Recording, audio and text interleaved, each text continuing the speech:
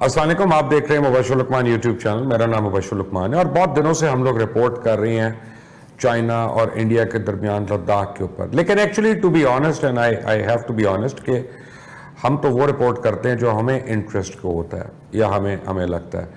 But I think it is only fair कि हम जो इंडिया के जर्नलिस्ट हैं, सीनियर जर्नलिस्ट हैं, उनका एक्यूरेट ओपिनियन दें कि वो हमें उस कॉन्फ्लिक्ट के बारे में या जो भी हालात हैं उनके बारे में क्या बताते हैं।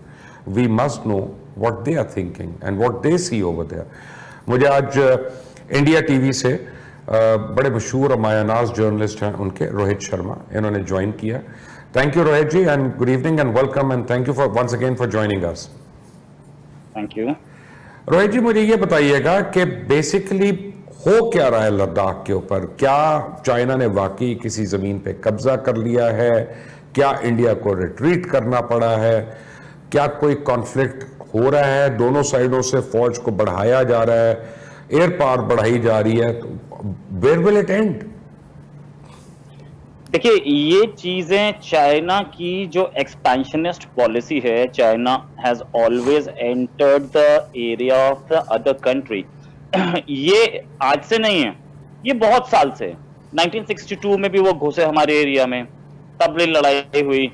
फिर उसके बाद 1967 में सिक्किम, जो कि आज हमारी एक स्टेट है, उस टाइम पे हमारी एक प्रोटेक्टोरेट स्टेट थी, उसमें नाथुला के थ्रू घुसे, वहां पे लड़ाई हुई, वहां पे अच्छी डिफीट मिली उन्हें।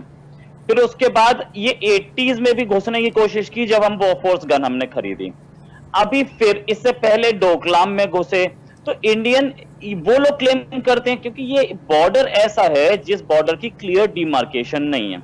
1 किलोमीटर, अब एक कुछ इस तरीके का, जब बहुत दूर दूर तक बिल्कुल तो खाली जगह है और कोई वहां पे गांव नहीं है। वो 10-10 किलोमीटर, 15-15 किलोमीटर तक कोई गांव नहीं वहां पे, ऐसी हालत है। जो गांव है वो उस एरियाज में है जहां पे थोड़ी बहुत बारिश होती है तो कुछ खेती हो जाती है या भेड़ पाली जा सकती है, उस एरिया तक गांव है। उससे आगे बिल्कुल खाली एरिया है।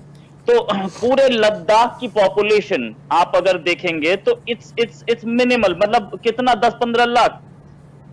तो उस एरिया में वहां पे लोग रहते नहीं है, गांव है नहीं, तो वो डिमार्केशन नहीं होता है। तो क्या होता है कि जैसा कि कुछ हमारे रन एरिया में इंडिया और पाकिस्तान के साथ भी होता है, ये हमारे अपने ऑफिशियल्स बोल चुके हैं कि कभी कभी पेट्रोलिंग करते हुए पाकिस्तानी साइड ऑफ पेट्रोल जो है वो हमारे एरिया में आ जाती है, अगर हमारी रोड ठीक है तो।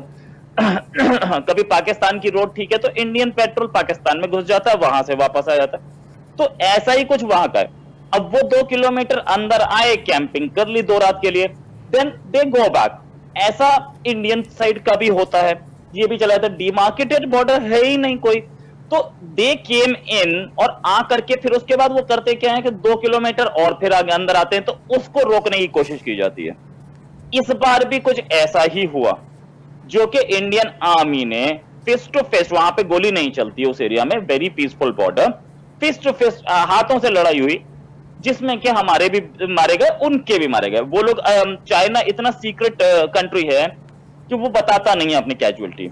उनके भी, उन्होंने भी बहुत प्रेशर डालने के बाद 3-4 दिन बाद जाके एक्सेप्ट किया, यस कैजुअलिटी हमारी साइड पे भी है। तो ये समझिए कि इससे पहले डोकलाम का केस हुआ था, जो कि भूटान का एरिया, हमारा इंडिया ने कभी क्लेम नहीं किया हमारा एरिया, चाइना बोला हमारा है। तो हमारे नेशनल सिक्योरिटी एडवाइजर चाइना गए, उन्होंने बोला कि यार एक बात बताओ, सारी डिस्प्यूटेड टेरिटरी क्या चाइना की होती है? तो उस बात पे वो चुप हो गए, राइट। तो उस पे डोकलाम एरिया में उन्होंने रोड फिर बनाने की कोशिश की, वो they were trying to build a road. तो ये चीजें होती रहती हैं और इस पर जब भी कभी होता है कि उस साइड वो साइड अब इंडिया को रोकती है और इंडिया उनको रोकता है, तो वो डिमार्केट बॉर्डर नहीं होने की वजह से। इससे पहले भी ऐसा कई बार हो चुका है। अच्छा, ये चीज सिर्फ इंडिया और चाइना के बीच में नहीं है, चाइना जो है ये उसके साथ भी करता है, अपने दूसरे कंट्रीज के साथ, दूसरे वियतनाम के साथ भी उसके साथ प्रॉब्लम है, उसकी वो 9 डैश लाइन जो है उसमें भी प्रॉब्लम है उसका, वो फिलीपींस के साथ भी प्रॉब्लम रखता है, वो सबके साथ रखता है, वो सबकी लैंड को अपना बताता है। अब तो व्लादिवोस्टोक भी उसने अपना बताना शुरू कर दिया। भाई 1800 में आपके पास था, तो यार उससे बड़ा क्लेम तो हमारा पाकिस्तान पे बनता है। भाई एग्जिस्टेंस समझो ना आप, आज की डेट में क्या है, Pakistan is a separate country, sovereign country. ऐसे ही Vladivostok is a Russian area, आज आप उसको क्लेम करने लगे हो। तो ये दिस इज जस्ट ग्लूटनी यानी कि ठीक भूख है। ऑफ अब शर्मा जी प्रॉब्लम एक है, क्योंकि जब चाइनीज मीडिया को मैं देखता हूं और या प्रो चाइनीज मीडिया को, बाय द वे मैं भी प्रो चाइनीज मीडिया में आऊंगा, मैं पहले से एडमिट कर रहा हूं ताकि कोई कंफ्यूजन ना रहे। आई मीन मैं बिल्कुल ऑनेस्ट बड़े बात। ईमानदार आदमी इस मामले में, बहुत जी? ईमानदार हैं आप बड़े ईमानदार आदमी हैं, थैंक यू। एक्सेप्ट तो कर रहे हैं। हाँ हाँ, देखिए वो बात यह है कि सच बोलेंगे तो मसले का हल करेंगे ना, झूठ बोल के तो हल नहीं मिलेगा कोई। अच्छा, राइट। चाइनीज मीडिया का या प्रो चाइनीज मीडिया का यह ख्याल है कि जब से सी पैक इन इफेक्ट आया है, आपको लद्दाख और ये सारा एरिया जो है ना, इस संकियांग वगैरह, इसकी एकदम से याद आ गई, वरना आपको याद नहीं थी। वो कहते हैं जी यहाँ पे जो बेस है वो आपने अमेरिकन को देना है, वो सी पैक को बनने नहीं देगा। So these are the ambiguities जिसके ऊपर ये सारा कुछ हो रहा है। देखिए ऐसा है कि आपने बोला सीपेक से प्रॉब्लम है, सीपेक से प्रॉब्लम तो है ही। जिस एरिया को इंडिया अपना क्लेम करता आया, सीपेक उसमें से निकल रहा है, राइट। और बड़ा कैंडिडेट जवाब मैं आपको दूंगा, मैं 20 साल से इंटरनेशनल अफेयर्स कवर कर रहा हूं, कुछ मैंने ऑफ द रिकॉर्ड्स बात की हैं लोगों से, जिसको शायद मैं यहां पे क्लियरली ना बोलूं, लेकिन थोड़ा हिंट जरूर दूंगा। ऐसा है कि एक क्योंकि वो हमारे एरिया में से निकल रहा है जिसको इंडिया क्लेम करता है। अगर सी पैक को इंडिया क्लेम ना करे, ये ना बोले कि वो इलीगल है, तो क्या इंडिया ये एक्सेप्ट नहीं कर रहा कि वो आप पाकिस्तान की जमीन हो गई? भाई सीधी बात है ना। तो ये स्टैंड तो पहले से पाकिस्तान को पता होना चाहिए था कि इंडिया कभी क्लेम नहीं करेगा, क्या कभी मानेगा सीपैक को, तो इंडिया में आप ज्वाइन करने के लिए कैसे बोलेंगे? और क्यों बोलते हैं जब आपको पता है? या तो आप बोल दीजिए ठीक है हमारे कंट्रोल में इंडिया का एरिया है, तब तो इंडिया ज्वाइन करे, मान लेते हैं, ठीक है। अब जहां तक बात है अमेरिकन बेस की, भाई अमेरिकन बेस जो है वो आपके लिए या हमारे लिए खतरा नहीं है, वो पूरे रीजन के लिए खतरा होता है। अमेरिका वो कंट्री जिसने सद्दाम हुसैन को हथियार दिए थे, ठीक है, तो अब उसी को उन्होंने गिरा दिया। अमेरिका वो कंट्री है जो कि दूसरे कंट्रीज को, कुवैत को भी हथियार देता, कुवैत को भी मारा उसने, सऊदी अरेबिया को भी देता है, कुवैत को भी देता है, ईरान को भी, सॉरी इसको भी देता है, इराक को भी देता है, और दूसरे कंट्रीज को भी देता है। भैया इन सब कंट्रीज का राजा कौन था? तो जब अमेरिका इन सबको हथियार देता था और इन्हीं को इसने गिरा दिया, तो you can not trust that country. May be मेरे जो दूसरे अमेरिकन फ्रेंड्स हैं वो इस बात को पसंद ना करें, और हो सकता है मेरा वीजा 4 बार रिजेक्ट हो इस पे, लेकिन द फैक्ट इज फैक्ट। दूसरी चीज के अगर हम यहाँ पे अमेरिकन बेस में, इंडिया ने आज तक कहीं अपना बेस, अपने कंट्री में किसी का बेस नहीं बनने दिया है, और ना इंडिया चाहता है।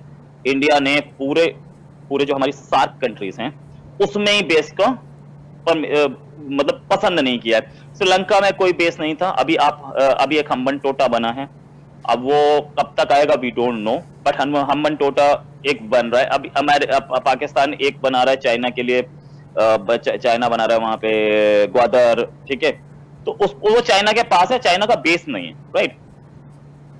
India will never love a base in Pakistan और इन इंडिया, बिकॉज अमेरिका, हम लोग पाकिस्तान से, और अपन तो लड़ते रहे ना 70 साल से, तो हम लोग तो आपस में कोएग्जिस्ट कर गए, लड़के भी कोएग्जिस्ट करना सीख गए, लेकिन वो एक बाहर वाला आएगा जो कि मच मोर पावरफुल है, वो एक प्रॉब्लम है, वो पाकिस्तान के लिए हम कभी नहीं चाहेंगे। ऐसे ही आप देखेंगे कि 1980s में जब पाकिस्तान लड़ रहा था सोवियत यूनियन से, अफगानिस्तान में घुसा हुआ था, तो इंडियन गवर्नमेंट का क्या नजरिया था? क्या इंडियन गवर्नमेंट को यह पसंद था कि वहां पे सोवियत यूनियन हो? हम भले ही सोवियत यूनियन हमारा बड़ा अच्छा दोस्त था, लेकिन Rajiv Gandhi government was sceptical about it. Rajiv Gandhi government पसंद नहीं करती थी कि वहां पे अफगानिस्तान में सोवियत यूनियन बैठा हो, क्योंकि वो अगर पाकिस्तान में घुसा तो इंडिया में घुसने में कितना टाइम लगेगा। उसकी भी एक्सपेंशनिस्ट पॉलिसी थी, इसमें कोई शक नहीं है। और इस बात पे भी ये मैंने आर्टिकल्स पढ़े भाई, मैं तो उस समय तक बहुत छोटा था, मैं तो पढ़ाई में कर रहा था, तो उस समय के आर्टिकल्स ये बताते हैं कि राजीव गांधी गवर्नमेंट वाज इसे स्केप्टिकल अबाउट इट, एंड जब 79 जब सोवियत यूनियन घुसा इस एरिया में अफगानिस्तान में, तो उसके बाद से ही इंडिया की जो डिफेंस परचेजेस थी सोवियत यूनियन से बाहर चली गई। आपने मिराज खरीदा, आपने बोफोर्स खरीदी, राइट, आपने और 10 चीजें खरीदी, राइट, सॉरी फॉर दैट, आपने और 10 चीजें खरीदी। क्या आपको आवाज आ रही है? जी जी आ रही है। हाँ, आपने और 10 चीजें खरीदी, वो भी बाहर से। आपने सबमरीन्स बाहर से खरीदनी शुरू करी, फ्रेंच इंपोर्ट शुरू किए, आपके आपने आपका डिपेंडेंस सोवियत यूनियन पर खत्म कर दिया। क्या सोच के? सोवियत यूनियन तो आपको सामान दे रहा था, मिलिट्री हार्डवेयर दे रहा था, ये सोच के कि कल अगर वो घुसा पाकिस्तान में तो वो हमारे ऊपर अटैक करेगा, तो हम उसी के मिलिट्री हार्डवेयर से उससे कैसे लड़ेंगे। ये बात सोचने वाली बात है। इंडिया कभी बेस पसंद नहीं करेगा, and this is a hard fact. Okay, very quickly my last question is कि चाइना ने अरुणाचल प्रदेश वाले जो हैं लोग, उनको कहा कि उनको वीजा की जरूरत नहीं है चाइना आने के लिए। दैट मीन्स कि अब वो डायरेक्टली आपके सिटीजन्स को इंसाइट करना शुरू कर दिया to stand up to you on, I don't know how easy और difficult it is to answer that question, but can you tell me कि जो सेसेशन मूवमेंट्स हैं इंडिया में, क्या उनमें स्ट्रेंथ आ रही है इन बातों की वजह से? देखिए, आपका ये क्वेश्चन बड़ा अच्छा है। सेसेशनिस्ट मूवमेंट्स किस कंट्री में नहीं? हर कंट्री में। एक ऑर्गेनाइजेशन है यूएनपीओ। यूएनपीओ इज वो जो एक ऐसी ऑर्गेनाइजेशन है जो कि इंटरनेशनल ऑर्गेनाइजेशन है। उसका फुल फॉर्म में associated nations and peoples organisation. उसमें करोड़ों डॉलर्स की फंडिंग है। उसके मेंबर्स हर कंट्री से हैं लगभग। उसमें आप देखेंगे तो कभी कभी उसमें सिंध ऐड हो जाता है, कभी उसमें बलूचिस्तान ऐड हो जाता है, फिर बलूचिस्तान बाहर निकल जाता है, फिर उसमें कश्मीर ऐड हो जाता है। ऐसे होता रहता है। चाइना के भी 5-6 उसमें हैं, राइट। तो ये सारे सेसेशनिस्ट मूवमेंट होता क्या? आप 15 आदमी लेके खड़े हो जाइए, वो सेसेशनिस्ट मूवमेंट एक फ्लैग लगाएंगे और 2 प्रेस कॉन्फ्रेंस करेंगे, आपका मूवमेंट खड़ा हो गया। तो you will have to look at it कि वो सेसेशनिस्ट मूवमेंट है कितने। इस तरीके से हमारे कंट्री में बहुत सारी जगह बोला जाता है कि सेसेशनिस्ट मूवमेंट्स चल रहे हैं, लेकिन चल 5 आदमियों को, 10 आदमियों को जो कि अपना कुछ जुगाड़ करना चाहते हैं, पैसा कमाना चाहते हैं, वो अपना। लेकिन मुझे शर्मा जी, मुझे हैरानी इस बात पे है कि जब एक मुल्क किसी मुल्क के वासियों को इस तरह की बात करता है तो वो बराह रास्त अंदर जाके बात कर रहा है। इस पे तो आपके फॉरेन ऑफिस को तो प्रोटेस्ट करना चाहिए था, जो उन्होंने नहीं किया। नहीं, एक चीज, वो वहां से कुछ भी बोले, अगर हम बोले, इंडिया बोले बलूचिस्तान से कोई भी आएगा हम उसे वीजा की जरूरत नहीं है, आ जाए, तो उस पर क्या पाकिस्तान फॉरेन ऑफिस रिएक्ट करेगा? मुझे तो नहीं लगता। क्यों भैया? पाकिस्तान फॉरेन ऑफिस बोलेगी यार मैं तो करूंगा ना। चले, मैं तो अपनी जवाब दे देता हूं, आप भी करेंगे अगर आप मेरी जगह होंगे तो? नहीं, पाकिस्तान फॉरेन ऑफिस सबसे पहले ये बोलेगा सॉरी, जो भी जाएगा पहले तो हमारे पास आएगा, हम यहां से जाने ही नहीं देंगे, राइट। तो उस पर रिएक्ट करने का मतलब नहीं बनता। दूसरी बात, चलिए ठीक है, ये बात चाइना की एक पॉलिसी बड़ी अच्छी है। जिस भी किसी डेलीगेशन में कोई अरुणाचल का आदमी होता है, वो डेलीगेशन चाइना ही नहीं जा पाता, जाने भी नहीं देते। इससे पहले कई बार हुआ। हमारे एक मिनिस्टर हैं जो कि इंसिडेंटली उस समय जब यहाँ पे चाइनीज प्रेसिडेंट आए थे, home minister, state minister for home थे, नाम है उनका किरण रिजिजू। अब वो Kiran Rijiju state minister of home होते हुए भी चाइनीज प्रेसिडेंट की विजिट से दूर रखा गया उन्हें। भैया क्यों? इसलिए कि वो अरुणाचल के थे। आप एक तरफ अरुणाचल का कोई भी मिनिस्टर नहीं पसंद कर रहे हैं, आप एक तरफ अरुणाचल का कोई भी आदमी डेलीगेशन में नहीं आने दे रहे हैं, आप स्टेपल्ड वीजा दे रहे हैं। जिस पे आप स्टेपल्ड वीजा दे देते हैं वो विजिट इंडिया कैंसिल कर देता है, पूरा डेलीगेशन ही कैंसिल कर देता है। अब आप बोल रहे हो कि उसको वीजा की जरूरत नहीं है। यार ये चीजें आप when it comes to money, when it comes to business, तो चाइना भी कई बार बोलता है कि अच्छा ये अरुणाचल का है ना, ठीक है, इसको वीजा दे दो, और स्टेपल्ड वीजा मत देना, चुपका के देना, पैसा लेके आ रहा है। अभी चाइना का, अरुणाचल का एक आदमी जाए बिजनेस करने, वो फट से दे देगा। ये इश्यूज चाइना सिर्फ दुनिया को दिखाने के लिए बनाता है, जब एक्चुअल बिजनेस आता है तो वो तो भूल ही जाते हैं ना। मैंने तो आपसे वादा किया था कि मैंने तो रिएक्ट करना ही नहीं, मैंने अर्नाब भी बनना, मैं मुबशर ही रहूंगा। और मैं बट किसी और प्रोग्राम में जिसमें हम डिसाइड करेंगे ना पहले से कि आज हमने आमने सामने भिड़ना है, फिर हम सवाल जवाब भी कर लेंगे। But Sharma ji, thank you very much for joining me, and I will keep on requesting you from time to time, and I hope you will grace us. Thank you for being with us. आप सुन रहे थे बातें रोहित शर्मा की, India TV से इनका ताल्लुक है, और उन्होंने खुलकर बातें की कई मौज़ूआत के ऊपर, स्पेशली चाइना, इंडिया और कुछ पाकिस्तान के ऊपर भी। आप कमेंट्स अपनी राय भेजिएगा। अगर आप इनसे कोई सवाल पूछना चाहते हैं तो वो भी भेजें। अगली बार जब भी होंगे we will try and put those questions to him. Allah Hafiz.